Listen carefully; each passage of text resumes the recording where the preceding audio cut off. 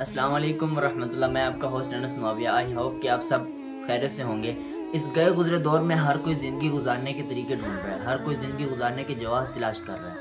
آج میں آپ کو ایسا کچھ بتانے والا ہوں جس سے آپ کی زندگی آسان سے آسان تر ہو جائے گی۔ اپنے دل کو زندہ رکھو، ہر طرف آپ کو زندگی نظر آئے گی۔ زندگی گزارنے کے جواز تلاش نہیں کیے جاتے بلکہ زندگی گزاری جاتی ہے۔ زندگی گزارتے چلے جاؤ، جواز اپنے آپ مل جائیں گے۔ اگر آپ کو کسی طرف سے کوئی بھی محبت نہیں مل رہی تو آپ ہی کسی سے محبت کر لو۔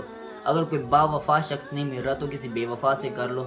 محبت انسان کو زندگی گزارنے کا جواز عطا کرتی ہے۔ اگر کوئی انسان نہیں مل رہا تو کچھ بھی نہیں مل رہا تو آپ کسی پودے سے ہی پیار کر لو، اس کی پرورش کرو، اس کو پروان چڑھاؤ، اس کو دھوپ، تیز آندھیوں سے، طوفان سے، تیز بارشوں سے، تیز دھوپ سے، پرندوں سے بچاؤ، اس کو پانی بر وقت پانی لگاؤ، اس کی پرورش کرو، اس کو پروان چڑھاؤ۔ اگرچہ اس کا پھل آپ نہیں کھا سکتے، کوئی اور بھی کھا لے تو یار کوئی فکر کی بات نہیں، کوئی پریشانی کی بات نہیں، کچھ بھی نہیں تو اتنا ہی صحیح کہ وہ درخت کسی مسافر کے لیے سائے کا ذریعہ بن جائے گا، وہ درخت کسی کے لیے سردی گزارنے کا ذریعہ بن جائے گا، اس کی لکڑ کسی کے لیے سردی گزارنے کا ذریعہ بن جائے گی، اور آپ کی محنت رائے گا نہیں جائے گی، اور آپ کو زندگی گزارنے کا جواز بھی مل جائے گا اور ثواب بھی مل جائے گا۔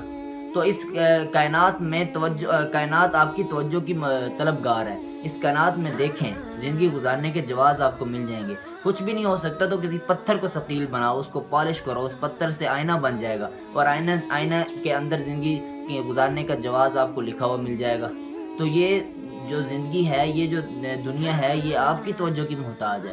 آپ اگر یہ سوچو کہ یہ دنیا میری طرف متوجہ ہو، اس سے بہتر یہ ہے کہ آپ اس کی طرف متوجہ ہو اور سوچو، اس کے گرد و پیش میں دیکھو، آپ کو کچھ ایسی چیزیں ملیں گی جو آپ کی توجہ کے محتاج ہوں گی، آپ کی توجہ کی طلبگار ہوں گی۔ اگر آپ ان پر توجہ دیں گے تو اس سے آپ کو زندگی گزارنے کا جواز بھی مل جائے گا، اور آپ کو کیا کہتے ہیں کہ آپ ایک آسان سے آسان تر زندگی گزار سکو گے۔ زندگی سے مایوس ہو کر بیٹھنا نہیں چاہیے، مایوسی کفر ہے۔